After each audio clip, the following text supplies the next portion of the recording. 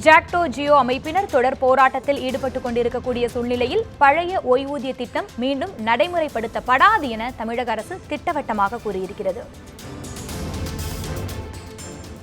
இது குறித்த கூடுதல் விவரங்களை நம்முடைய செய்தியாளர் விக்னேஷிடம் கேட்கலாம். விக்னேஷ், ஜாக்டோ ஜியோ அமைப்பினர் போராட்டத்தில் ஈடுபட்டுக் கொண்டிருக்கக்கூடிய ஜாக்டோ ஜியோ அமைப்பினரின் முக்கியமான கோரிக்கை பழைய ஓய்வூதிய திட்டத்தை நடைமுறைப்படுத்த வேண்டும் என்பது. ஆனால் தற்போது அந்த பழைய ஓய்வூதிய திட்டத்தை நடைமுறைப்படுத்த முடியாதுன்னு தமிழக அரசு திட்டவட்டமா மறுத்திருக்கு. இது குறித்த பின்னணி விவரங்கள் என்ன? திவ்யா, தமிழக அரசினுடைய பணியாளர் மற்றும் நிர்வாக சீர்திருத்தத்துறை அமைச்சர் சார்பில் ஒரு அறிக்கை ஒன்று வெளியிடப்பட்டிருக்கிறது.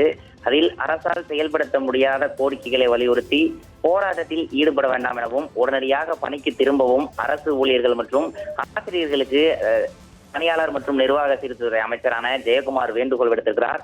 தொடர்ந்து ஆசிரியர் சங்கங்களும் அரசு ஊழியர் சங்கங்களும் கடந்த 22ஆம் தேதி முதல் காலவரையற்ற வேலை தொடர்ந்து நடத்தி கொண்டிருக்கிறார்கள். இந்த நிலையில் அவர்களுடைய மிக முக்கிய கோரிக்கையாக இருப்பது புதிய ஓய்வூதிய திட்டத்தை அமல்படுத்துவது என்பதே.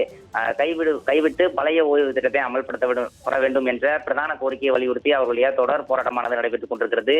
இந்த நிலையில் பழைய ஓய்வூதிய திட்டத்தை அமல்படுத்தும் பட்சத்தில் தமிழக அரசிற்கு பெரும்பாலான நிதி பற்றாக்குறை ஏற்படும் எனவும் அதனை அரசு ஊழியர்கள் மற்றும் ஆசிரியர்கள் புரிந்து கொள்ள வேண்டும் எனவும் தெரிவித்திருக்கிறார். தொடர்ந்து அது மட்டுமல்லாமல் இடைநிலை ஆசிரியர்களுக்கு மத்திய அரசினுடைய ஊதியம் வழங்கப்படுவதாகவும் தமிழக அரசினுடைய தற்போதைய நிலையை கருத்தில் கொண்டு போராட்டத்தில் ஈடுபட்டுக் கொண்டிருக்கக்கூடிய அரசு ஊழியர்கள் மற்றும் ஆசிரியர்கள் அனைவரும் போராட்டத்தை கைவிட்டு மீண்டும் பணிக்கு திரும்ப வேண்டும் எனவும் அவர்கள் சார்பில் அறிவித்திருக்கிறார்.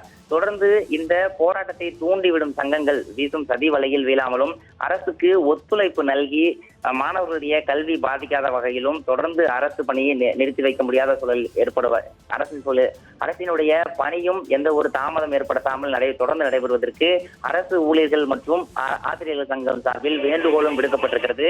இந்த நிலையில் தொடர்ந்து பணிக்கு செல்லாமல் போராட்டத்தில் ஈடுபடுவர்கள் மீது துறை ரீதியான ஒழுங்கு நடவடிக்கை எடுக்கப்படும் என்பதையும் தமிழக மீன்வளத்துறை அமைச்சரும் பணியாளர் மற்றும் நிர்வாக சீர்திருத்தத்துறை அமைச்சருமான ஜெயக்குமார் சார்பில் வெளியிடப்பட்டிருக்கக்கூடிய அறிக்கையில் திட்டவட்டமாக தெரிவிக்கப்பட்டிருக்கிறது.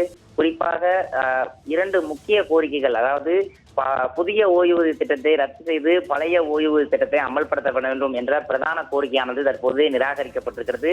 பழைய ஓய்வூதிய திட்டத்தை அமல்படுத்துவது என்பது தமிழக அரசினுடைய இயலாத காரியம் எனவும் செயல்படுத்த முடியாத திட்டங்களை மனதில் வைத்து போராட்டத்தில் ஈடுபட வேண்டாம் எனவும் உடனடியாக பணிக்கு திரும்பவும் அமைச்சர் ஜெயக்குமார் சார்பில் தமிழக அரசு சார்பாக தற்போது இந்த விளக்கமான அறிக்கையானது வெளியிடப்பட்டிருக்கிறது. திவ்யா.